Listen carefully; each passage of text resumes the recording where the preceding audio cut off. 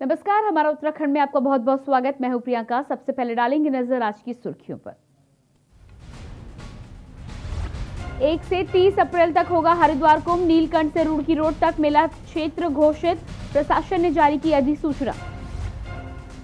कुंभ में आने के लिए कोविड नेगेटिव रिपोर्ट जरूरी, उत्तराखंड हाईकोर्ट ने दिए सख्त आदेश। बढ़ते कोरोना को लेकर लिया गया बड़ा फैसला। साल्ट उपचुनाव को लेकर बड़ा फैसला। उत्तराखंड में पहली बार ग्लव्स पहनकर वोट डालेंगे मतदाता।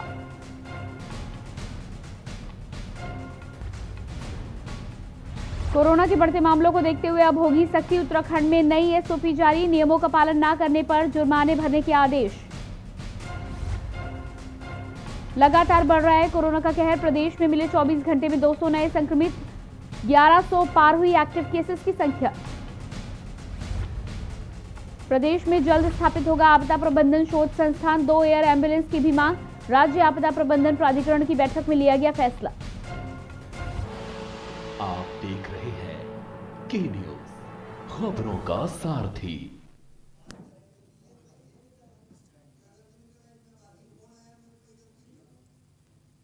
बुलेटिन की शुरुआत करेंगे और सबसे पहले बात करेंगे कुंभ की। हरिद्वार में यू टर्न लिया गया, उत्तराखंड सरकार का आदेश। हरिद्वार से यू टर्न हुआ उत्तराखंड सरकार का आदेश।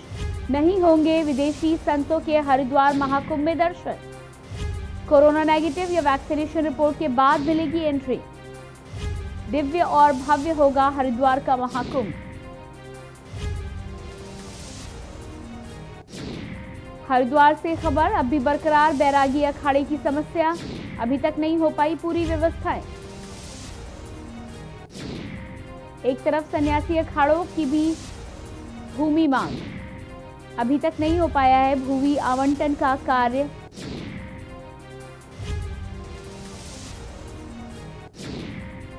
महाकुंभ में होंगे उत्तराखंड के देवी देवताओं के दर्शन। आज से हरिद्वार में शुरू होगा देव डोलियों का आगमन। 4 धाम के भी हरिद्वार महाकुंभ में होंगे दर्शन।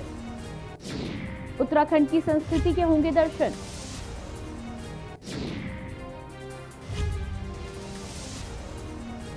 हरिद्वार से बड़ी खबर, जहां पर यू टर्न हुआ है उत्तराखंड सरकार का आदेश। नहीं होंगे विदेशी संतों के हरिद्वार महाकुंभ में दर्शन।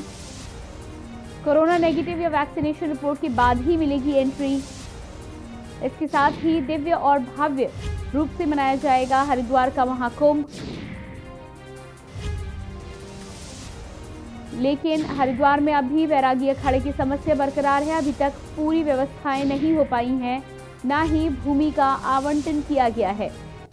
एक तरफ सन्यासी अखाड़ों की भी है भूमि की मांग। अभी तक नहीं हो पाया है भूमि आवंटन का कार्य। साथ ही साथ हरिद्वार महाकुंभ में उत्तराखंड के तमाम देवी देवताओं के भी दर्शन करने को मिलेंगे। आज से हरिद्वार में शुरू होगा देव डोलियों का आगमन। 4 धाम के भी हरिद्वार महाकुंभ में होंगे दर्शन। उत्तराखंड की संस्कृति के कराए जाएंगे दर्शन।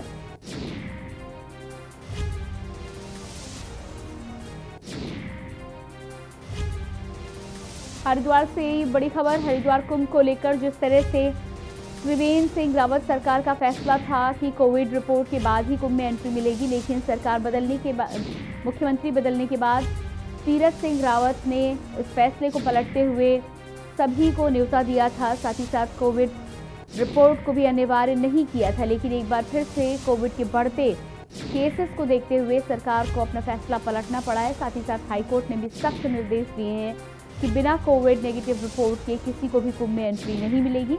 ऐसे में कोरोना के बढ़ते कहर को देखते हुए प्रशासन शासन ने तमाम सुविधाओं को बढ़ाया है। साथ ही साथ एहतियात बरतने के भी आदेश दिए गए हैं और किसी प्रकार की यदि कोई लापरवाही कोरोना को देखते हुए पाई गई तो उस पर कार्रवाई भी की जाएगी। ऐसे में महाकुंभ जाने वाले श्रद्धालुओं के लिए अब उनकी कोविड रिपोर्ट ले जाना अनिवार्य होगा। कोविड की रिपोर्ट नेगेटिव होनी चाहिए।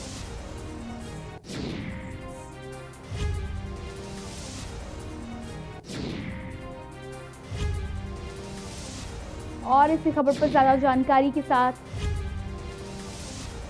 हमारे संवाददाता ओम प्रयास।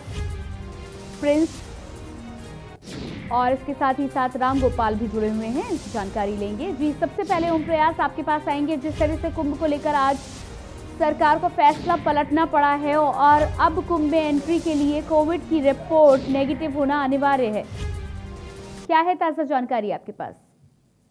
ये त्रिवेंद्र सरकार ने महाकुंभ को लेकर हरिद्वार में जो महाकुंभ होने जा रहा है वो 1 अप्रैल से शुरू होगा, जिसमें समय मात्र महज कुछ दिन शेष रह गए। अब इसके साथ साथ आपको बता दें कि जब त्रिवेंद्र सरकार ने महाकुंभ को लेकर कोरोना मुक्त करने के लिए एक बहुत ही बड़ा अहम फैसला लिया था। त्रिवेंद्र सरकार ने कहा था कि हरिद्वार महाकुंभ में आने के लिए श्रद्धालुओं को 72 घंटे की कोरोना नेगेटिव रिपोर्ट लानी होगी, साथ ही साथ इसमें वैक्सीनेशन भी करवाना होगा। तो उसके बाद जैसे मुख्यमंत्री चेंज हुए, त्रिवेंद्र सिंह रावत ने साफ तौर पर यह बयान दिया कि हरिद्वार महाकुंभ 12 साल में एक बार होता है, देश विदेश से श्रद्धालु हरिद्वार पहुंचेंगे। तो किसी चीज की बात ना करते हुए मुख्यमंत्री ने साफ तौर पर कहा था कि बिना रोक टोक के, बिना किसी जांच वाज के आप हरिद्वार आए, गंगा स्नान करें और अपने साथ साथ इसमें जो तीरथ सिंह रावत हैं उन्होंने साफ तौर पर कहा था कि जो भी श्रद्धालु हरिद्वार पहुंचेंगे, जो भी व्यक्ति हरिद्वार गंगा स्नान करने पहुंचेंगे,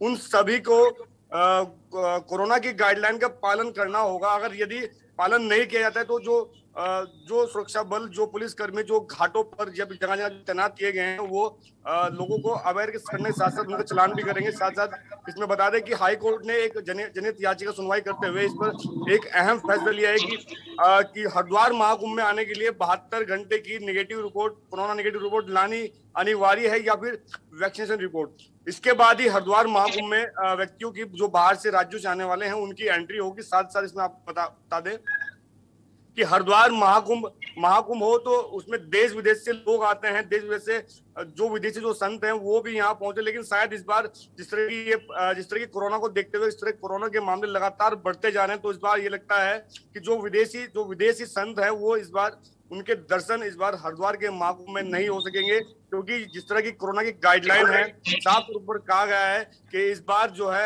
हरिद्वार महाकुंभ में आने के लिए 72 घंटे की कोरोना नेगेटिव रिपोर्ट या फिर वैक्सीनेशन रिपोर्ट आपको लानी अनिवार्य है। जिसके बाद ही आपके हरिद्वार महाकुंभ में एंट्री होगी। साथ ही जो सुरक्षा बल, जो पुलिस कर्मी जो बॉर्डर्स पर जो तैनात किए गए हैं उनको साफ तौर पर निर्देशित किया गया कि जो भी व्यक्ति बाहर से हरिद्वार में एंट्री करेगा उसकी हर चीज, जैसे कि ये जो रिपोर्ट है 72 घंटे की नेगेटिव रिपोर्ट, ये भी दिखानी होगी। साथ ही साथ इसमें जिस तरह से हम बात करेंगे ना, में जो वैक्सीनेशन रिपोर्ट है, जो कोरोना के जो टीके लगाए गए हैं या फिर उसकी रिपोर्ट देखने के बाद ही उनकी हरिद्वार में एंट्री की जाए। जी बिल्कुल ओम प्रयास, बने रहिएगा आप हमारे साथ। प्रिंस आप भी रहिएगा और राम गोपाल आप भी बने रहिएगा, हम आपके पास वापस लौट कर आएंगे और इस खबर पर नज़र बनाए रखेंगे किस तरह से कुंभ की तैयारियां हो रही हैं। और एक बार फिर से जब सरकार का फैसला पलटा है, हाईकोर्ट ने भी आदेश दिए हैं, ऐसे में क्या होगी नई कोरोना की गाइडलाइंस और किस तरह से तैयार किया जाएगा महाकुंभ को लेकर हरिद्वार को, इस पर बात करेंगे। लेकिन उससे पहले रुकेंगे एक छोटे से ब्रेक के लिए।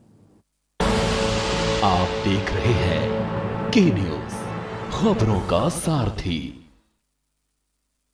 मिलकर कदम उठाएं और नए कल की ओर बढ़ें। LIC प्रस्तुत करते हैं पुरुषों के लिए आधार स्तंभ व महिलाओं के लिए आधारशिला योजना। 75,000 से 3 लाख रुपए तक की बीमा राशि। अधिक जानकारी के लिए निकटतम LIC शाखा से संपर्क करें।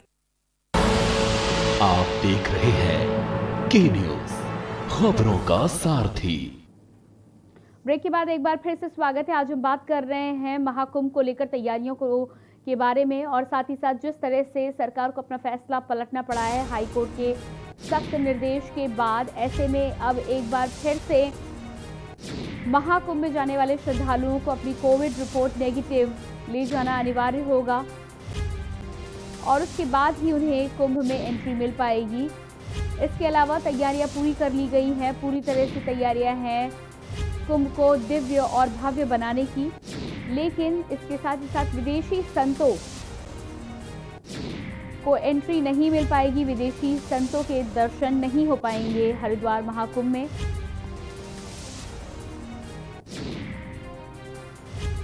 जिस तरह से अलग अलग अखाड़ों की भूमि को लेकर भी समस्याएं सामने आ रही हैं, उसको लेकर काम किया जा रहा है, लेकिन अभी भी आवंटन के कार्य को पूरी तरह से समाप्त नहीं किया गया है। ऐसे में कुछ अखाड़ों की अभी भी समस्याएं हैं जिनको लेकर बातचीत चल रही है।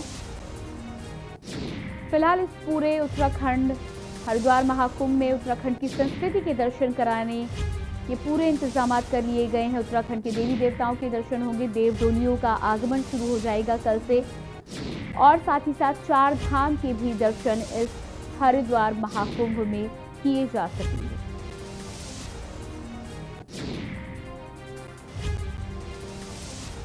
ये इसके साथ ही साथ आप देख सकते हैं तस्वीरें किस तरह से साधु संत हरिद्वार महाकुंभ को लेकर तैयारियों में जुटे हुए हैं। और हमारे साथ हमारे संवाददाता ओम प्रयास प्रिंस हरिद्वार से राम गोपाल भी जुड़े हुए हैं। जी प्रिंस, आपके पास आना चाहूंगी, जिस तरह से हरिद्वार में तैयारियां चल रही हैं, शासन प्रशासन की क्या कुछ खास इंतजाम है? साथ ही साथ राज्य में जब कोरोना की दूसरी लहर एक बार फिर से जोर पकड़ रही है, ऐसे में क्या हिदायती कदम उठाए गए हैं हरिद्वार में? जी बिल्कुल, आपको बता दूं कि कहीं ना कहीं बात की जाए तो प्रशासन द्वारा महाकुंभ को भव्य और दिव्य रूप से बनाने की पूरी तैयारी की गई है। लेकिन बात की जाए तो कहीं ना कहीं साधु संतों में इस सबको लेकर कहीं ना कहीं नाराजगी देखने को मिल रही है, क्योंकि बात की जाए 11 अखाड़ों को शाही स्नान में यहाँ पर सम्मिलित होना है, और कहीं ना कहीं वैरागी के जो 3 अखाड़े वैरागी के हैं और 7 अखाड़े इनमें सन्यासियों के हैं। और सन्यासी अखाड़ों की अगर बात की जाए तो उन्हें अभी तक शासन प्रशासन द्वारा कोई भूमि आवंटित नहीं की गई है, जिसको लेकर उनमें खासी नाराजगी देखने को मिल रही है। हालांकि इस बारे में बैठकें भी हो चुकी है, बात भी की गई है, जिलाधिकारी से बात की गई है, साथ ही साथ मेला प्रशासन के जो अधिकारी हैं उनसे बात की गई है, तो उनका कहना है कि जल्द ही भूमि इन्हें आवंटित कर दी जाएगी। लेकिन सन्यासी अखाड़ों के साधु संतों में गहरा रोष देखने को मिल रहा है। वहीं बात की जाए वैरागी अखाड़ों की, तो वैरागी अखाड़ों को हालांकि भूमि आवंटित कर दी गई है, लेकिन व्यवस्थाओं की बात की जाए तो वैरागी अखाड़ों को व्यवस्थाएं इस तरह नहीं मिल पा रही हैं जो व्यवस्थाओं को लेकर उन्होंने गहरी नाराजगी जताई है। बात की जाए जिसको लेकर कल इसमें बैठक भी की गई है, और बैठक करने के दौरान जितने अखाड़े जो साधु संत है, साधु संतों का साफ तौर पर कहना है कि भूमि तो उन्हें दे दी गई है, लेकिन जो व्यवस्थाओं की बात की जाए जिसमें शौचालय की सुविधा हो या अन्य पीने के पानी की सुविधा हो, इस तरह की सुविधाएं उन्हें नहीं मिल पा रही है, जिसको लेकर काफी परेशानी का उन्हें सामना करना पड़ रहा है। हालांकि इस बारे में अधिकारियों का कहना है कि सभी तरह की तैयारियां कर ली गई हैं, और जो कमियां भी रखी गई हैं, जितने कैंप है, एक कैंप में 2 शौचालय की सुविधा कर दी जाएगी और जल्दी पूरी तैयारियां पूरी की जाएगी। लेकिन देखने वाली बात यही होगी कि कुंभ 1 अप्रैल से कुंभ शुरू हो रहा है, 1 महीने का कुंभ है, और शाही स्नान भी नजदीक है। 12 अप्रैल को शाही स्नान पहला होगा, तो जो साधु संत बाहर से दूर दराज से आ रहे हैं, अखाड़े आ रहे हैं, तो उन्हें भारी समस्या का अगर सामना करना पड़ेगा, तो किस तरह से एक बड़ी चुनौती बात की जाए सरकार के लिए और स्थानीय शासन प्रशासन के लिए होगी कि किस तरह से इस चुनौती का सामना वो करेंगे। बात की जाए सड़कों की, तो सड़कों की स्थिति भी बदहाल है, जिसको लेकर भी कहीं ना कहीं साधु संतों ने गहरी नाराजगी जताई है। जी रामगोपाल, आपसे मेरा सवाल ये रहेगा, आप मंदिर के सामने खड़े हुए हैं, साथ ही साथ इस महाकुंभ में 4 धाम के साथ ही साथ तमाम देवी देवताओं के दर्शन की भी बात कही जा रही है, देव डोलियों का आगमन भी शुरू हो जाएगा। किस तरह से होता है यह आगमन और क्या कुछ खास इंतजाम इसके लिए किए जाते हैं?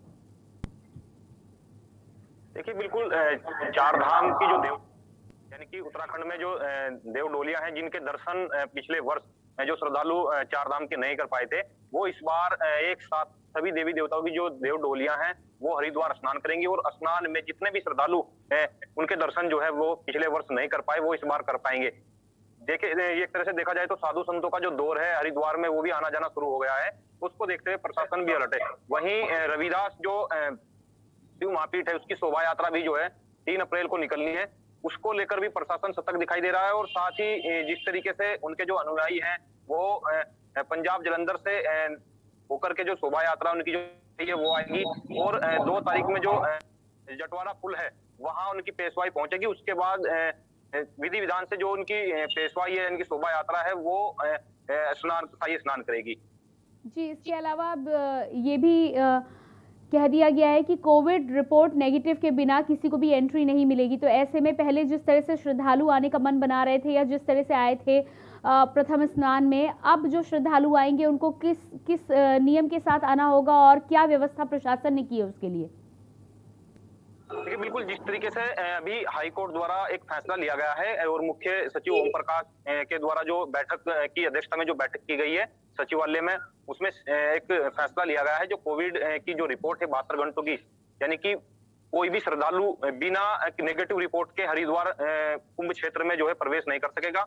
उनको जो है कोविड की जो 72 घंटों की जो रिपोर्ट है वो लेकर आनी होगी, अन्यथा उनको कुंभ क्षेत्र में प्रवेश नहीं करने दिया जाएगा। साथ ही कोविड की जितने भी गाइडलाइन है, यानी कि सैनिटाइजर्स और मास्क और दूरी को लेकर भी जो है प्रशासन को सख्त निर्देश दिए हैं कि वह पालन कराए। सभी श्रद्धालु की जो जांच है वो चेक की जाएगी और बॉर्डर की जो व्यवस्था है प्रशासन द्वारा स्वास्थ्य विभाग की जो टीम है वो लगाई गई है, जिससे कि कोई भी ऐसी घटना यानी कोविड के कोई भी पॉजिटिव व्यक्ति जो है कुंभ क्षेत्र में ना आए, जिससे कि कुंभ में जो है परेशानियों का सामना उठाना पड़ सके। जी, इसके अलावा प्रिंस आपसे बातचीत करना चाहेंगे। जिस तरह से नई एसओपी जारी की गई है और साधु संतों में आपने बताया कि खासी नाराजगी अभी भी देखने को मिल रही है, ऐसे में इस नई एसओपी के बाद जब रिपोर्ट नेगेटिव के साथ ही आना अनिवार्य होगा, तो साधु संतों के महकमे में क्या कुछ माहौल आपको नजर आ रहा है? जी बिल्कुल, आपको बता दूं, कहीं ना कहीं बात की जाए पूर्व जो निर्णय लिया गया था कि 72 घंटे की रिपोर्ट लानी पड़ेगी, उस निर्णय को कहीं ना कहीं हालिया बदल दिया था, जिसको लेकर कहीं ना कहीं उत्तराखंड की बात की जाए तो कोरोना के साधु संतों की, तो हाल ही में साधु संतों ने साफ तौर पर कहना है कि जो जिस तरह से धर्म और आस्था के साथ ही साथ आदमी के उसकी भी बात होनी चाहिए, कहीं ना कहीं स्वास्थ्य को देखना चाहिए। तो कोरोना के जो बढ़ते हुए संक्रमण के मामले हैं, इस फैसले को उन्होंने सम्मान है कि जो उनकी पिछवाई है, जिस तरह के उनके वो भव्य ही होंगे। सरकार के इस फैसले का भी उन्होंने सम्मान करते हुए कहा है कि रिपोर्ट है, इस तरह की रिपोर्ट अगर लाई रोक लग सकती है, क्योंकि दूर दराज से कुंभ में लोगों के आने की आशंका है। जहां से बढ़ते हुए मामलों को देखकर उन्होंने सरकार के फैसले, अब देखने वाली यही बात होगी कि कितनी बड़ी चुनौती सरकार महाकुंभ को किस तरह से सरकार पूरा कर सकती है। जी, इस जानकारी के लिए आपका बहुत बहुत शुक्रिया प्रिंस, और रामगोपाल आपका भी बहुत बहुत शुक्रिया, साथ ही साथ ओम प्रयास आपका भी बहुत बहुत शुक्रिया। लगातार आज हम हरिद्वार महाकुंभ की बात कर रहे हैं और हरिद्वार महाकुंभ में जिस तरह से सरकार को अपने फैसले को पलटना पड़ा है हाईकोर्ट के आदेश के बाद में, ऐसे में अब सरकार के लिए चुनौती होगी कि किस तरह से नई एसओपी के माध्यम से कुंभ की तैयारियों का नया जोर दिया जाएगा। साथ ही साथ प्रशासन और शासन दोनों को ही ये सुनिश्चित करना होगा कि कुंभ की तैयारियों को लेकर न केवल कोरोना के मद्देनज़र बल्कि तमाम आने वाले श्रद्धालुओं को उनकी सुविधाओं के मद्देनज़र भी इंतजाम ऐसे किए जाएं कि कुंभ को भव्य और दिव्य बनाया जा सके, लेकिन कहीं ना कहीं कोरोना के खतरे को भी भांपकर, उसके असर को भी देखकर इस तरह की व्यवस्थाएं की जाए कि कोरोना आगे ना बढ़ सके और उसको वहीं पर थामा जाए। ये बड़ी बात होगी शासन और प्रशासन के लिए। इसके साथ ही साथ आगे बढ़ेंगे और क्या कुछ ताज़ा जानकारियां आप तक पहुंचाएंगे, लेकिन उससे पहले रुकेंगे एक ब्रेक के लिए। आप देख रहे हैं के न्यूज़, खबरों का सारथी। क्या ये वही 4 साल पहले वाला उत्तर प्रदेश है? नहीं, ये है नए भारत का नया उत्तर प्रदेश।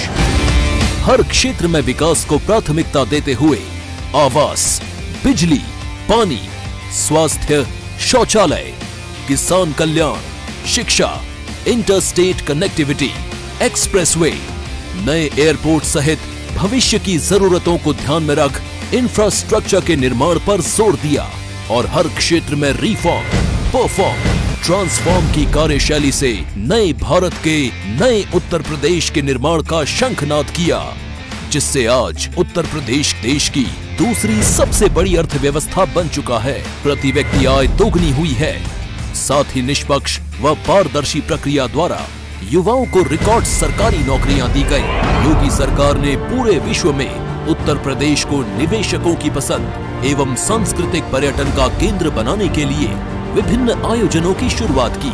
सबको समान अवसर मिल रहे हैं। उत्तर प्रदेश देश की सबसे बड़ी अर्थव्यवस्था बनने की ओर अग्रसर है। आने वाले वर्षों में उत्तर प्रदेश माननीय प्रधानमंत्री जी के विजन को साकार करते हुए एक भारत श्रेष्ठ भारत के निर्माण में मुख्य भूमिका निभाएगा। काम दमदार योगी सरकार।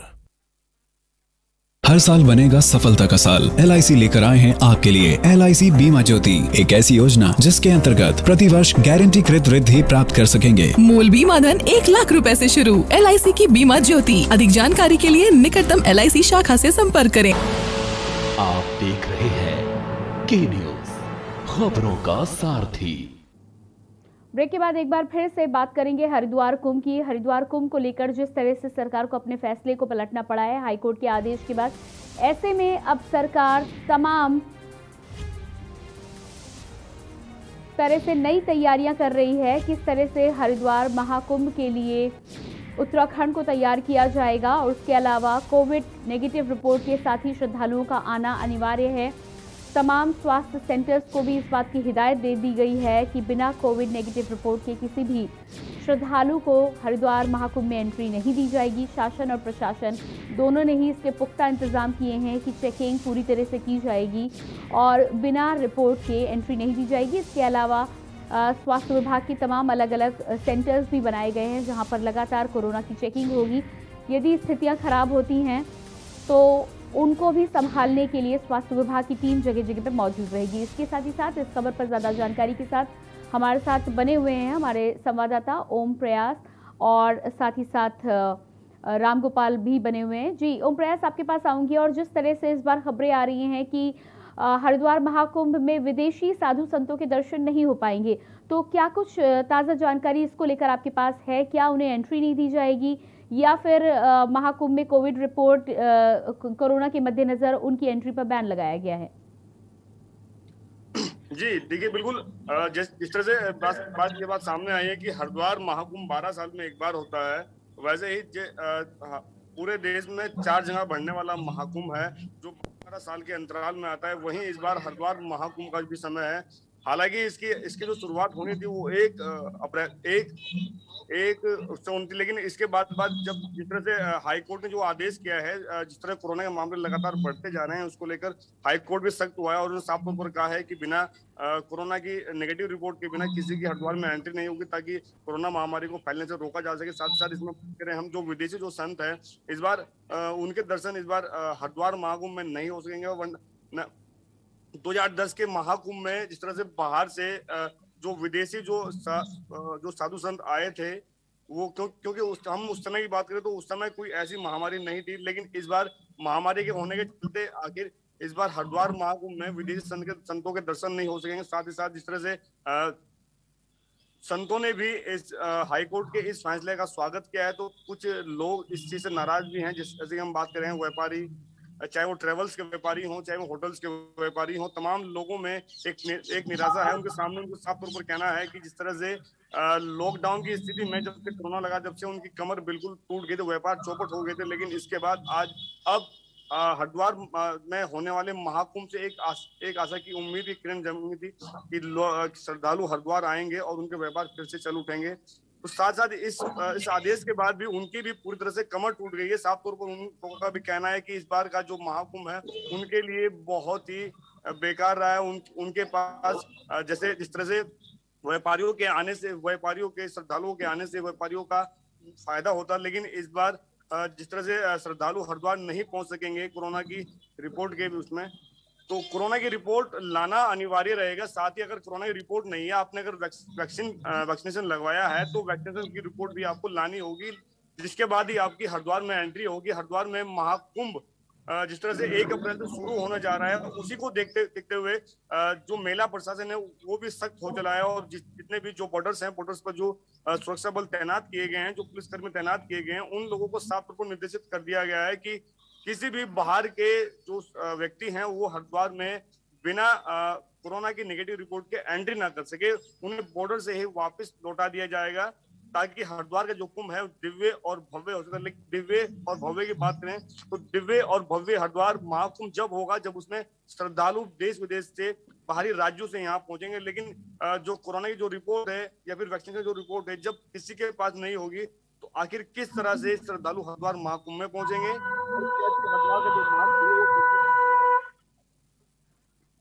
जी, इसके अलावा अगला सवाल ये भी होता है कि जिस तरह से हरिद्वार में साधु संतों के अखाड़े होते हैं, हर बार महाकुंभ में यही होता है कि कुंभ होता है तो दिन भर उनके अपने कार्यक्रम चलते हैं, साथ ही साथ बड़े बड़े भंडारों का भी इंतजाम किया जाता है श्रद्धालुओं के लिए। तो इसको लेकर क्या जानकारी है? क्या प्रशासन की तरफ से हिदायत दी गई है अखाड़ों को, किस तरह से वो अपने भंडारे या दिन भर के जो कार्यक्रम होते हैं उनको चलाएंगे? हम जिस तरह से हरिद्वार महाकुंभ 1 अप्रैल से शुरू होगा, उसमें जो साधु संत महात्मा है, जो 13 अखाड़े हैं उसके साधु संत महात्मा यहाँ पर गंगा स्नान करेंगे। क्योंकि हम बात करें 1 अप्रैल से 30 अप्रैल के बीच, तो उसमें 2 शाही स्नान पड़ रहे हैं। जो एक हम पहले स्नान की बात करें तो पहला स्नान शाही जो स्नान है वो 12 अप्रैल को, और दूसरा जो शाही स्नान है जो महास्नान है वो 14 अप्रैल का है। ये दो शाही स्नान है। इन स्नानों पर जो 13 अखाड़े के साधु संत महात्मा है वो इस पर स्नान करेंगे। लेकिन साथ ही साथ इसमें जिस तरह से बात करें हम भजन कीर्तन की, भंडारों की, तो तमाम इन चीजों पर रोक रहेगी। क्योंकि कोरोना के मामले जिस तरह लगातार बढ़ते जा रहे हैं उसको देखते हुए अगर किसी साधु संत महात्मा को अगर कोई भंडारा करना है या फिर कोई कथा प्रवचन करनी है जहां सामूहिक तौर पर 4 से अधिक आदमी जुटे, तो वहां उसकी परमिशन लेने के लिए आपको मेला प्रशासन से परमिशन लेनी होगी। उसी के बाद आप जो भजन कीर्तन है, जो भंडारे हैं, तमाम चीजें कर सकेंगे। क्योंकि बिना मेला प्रशासन की अनुमति के कोई भी साधु संत महात्मा भजन कीर्तन या फिर कोई ऐसा कार्यक्रम नहीं करेंगे जहां पर सामूहिक तौर पर 4 से ज्यादा आदमी जुटे। जी ओम प्रयास, इस जानकारी के लिए आपका बहुत बहुत धन्यवाद। प्रिंस, आपका भी बहुत बहुत धन्यवाद। और यहाँ पर हरिद्वार महाकुंभ को लेकर हम लगातार बात कर रहे हैं। जिस तरह से हाईकोर्ट का नया फैसला आया है कि कोविड को लेकर सख्ती दिखाई गई है, कोविड रिपोर्ट नेगेटिव के बिना किसी को भी एंट्री नहीं मिलेगी महाकुंभ में। साथ ही साथ विदेशी साधु संतों के दर्शन भी नहीं हो पाएंगे। इसके अलावा तमाम इंतजामात हरिद्वार महाकुंभ को लेकर किए गए हैं। देव देवताओं के दर्शन होंगे, देव डोलियों का आगमन होगा और साथ ही साथ 4 धाम के भी दर्शन इस हरिद्वार महाकुंभ में श्रद्धालुओं को कराए जाएंगे। फिलहाल इस कार्यक्रम में इतना ही। ताज़ा जानकारियों के साथ आप बने रहिए की न्यूज़ इंडिया पर लगातार। नमस्कार।